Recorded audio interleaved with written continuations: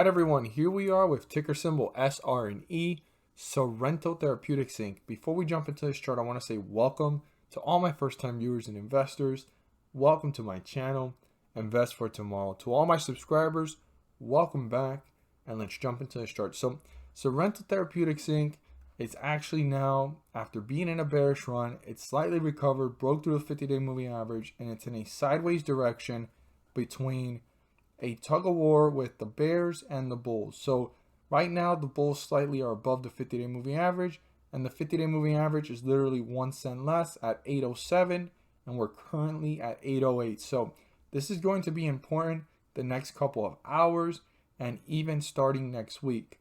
This resistance level is still important, 836, keep it in mind, and this support level is important as well, 785.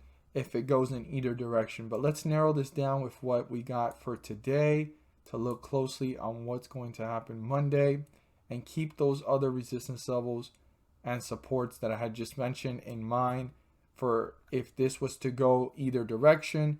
If it continues to break support levels and resistance levels, you'll know the next important numbers after that.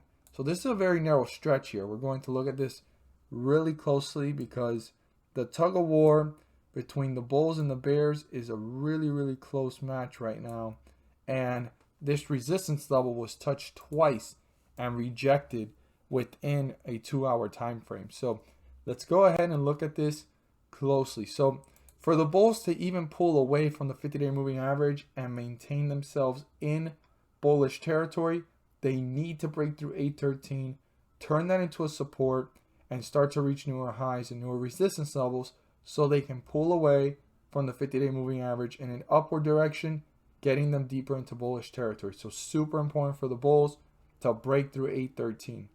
On the other hand, we have what the bears want, and the bears have done a really good job at suppressing this below the 50-day moving average, not giving a chance for the bulls to maintain themselves above it. This is the longest that they lasted above it. They only lasted 2 hours, 3 hours last time they crossed it. This time they lasted almost 4 hours. And now they're holding themselves up slightly above it for another 2 hours. So within 2 days, they've been above it for about almost 6 hours.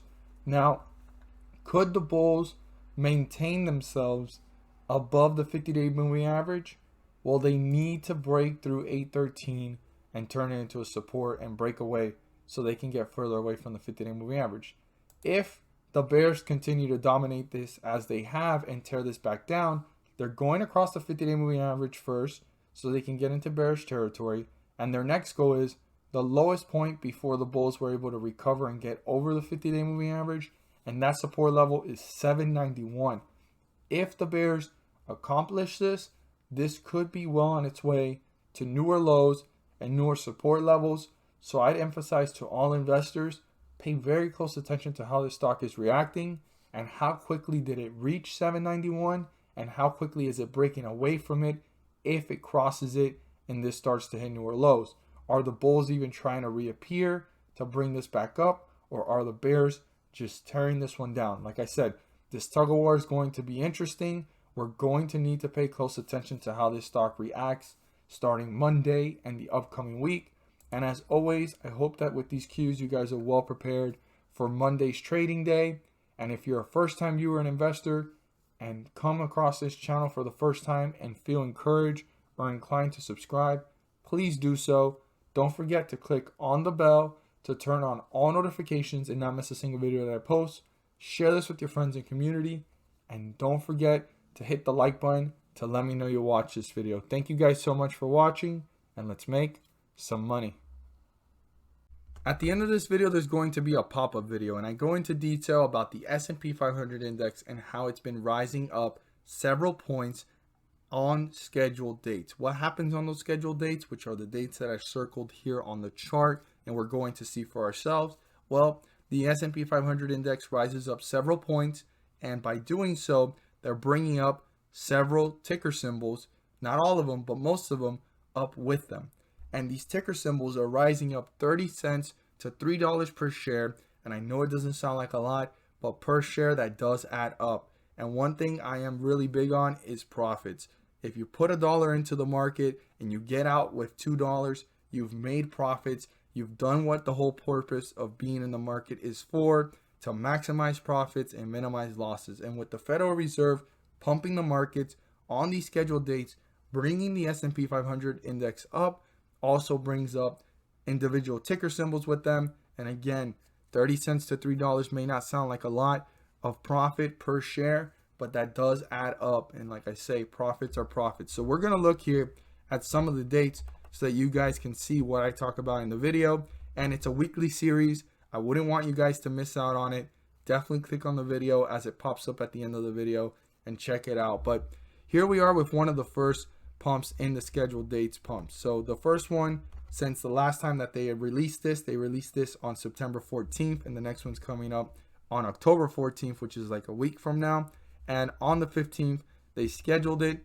And as you can see, this is the 14th, and the 15th is this big green bar, and it rose up. So on the 14th, we were at around 33.84, and it rose up to 34.20. I mean, that's 40 points risen on the S&P 500 index, and that's creating that catalyst for individual ticker symbols to rise up 30 cents to $3. We're going to look at another one here, and the next one was on September 22nd.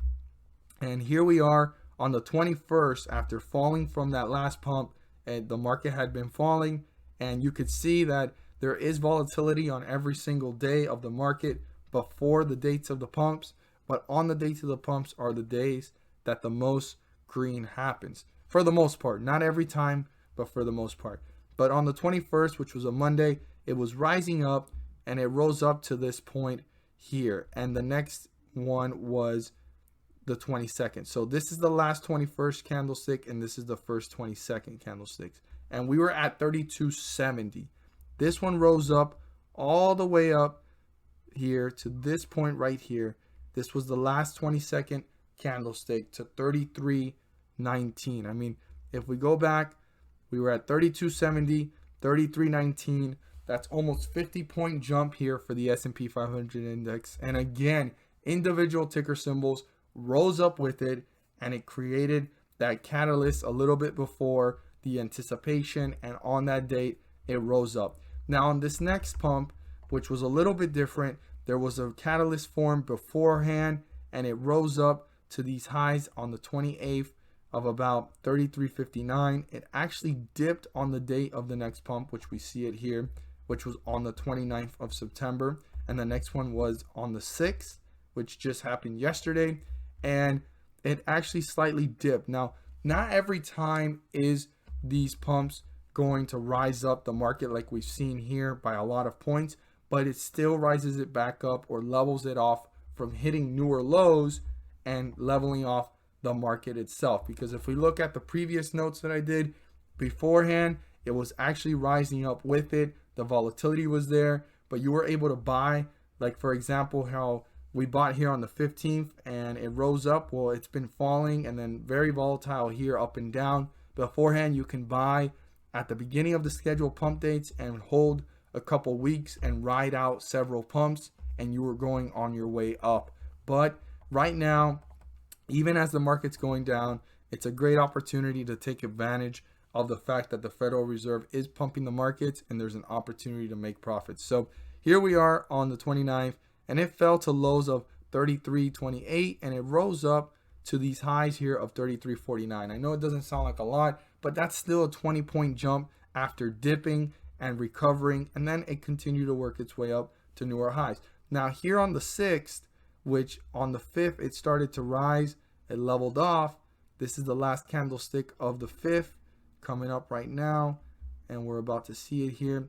Yes, this is the last candlestick of the 5th, and it rose up, and all the way to the last candlestick of the 6th, it rose up another 20 points. I mean, we're down here, and it ended up around here. So right now, something I'm noticing is that these pumps are creating less of an effect on the market, but it's creating that upward direction from falling to newer lows, but it's still helping the market rise up. And even though the S&P 500 index is rising several points, There are individual ticker symbols rising up, like I said, 30 cents to $3.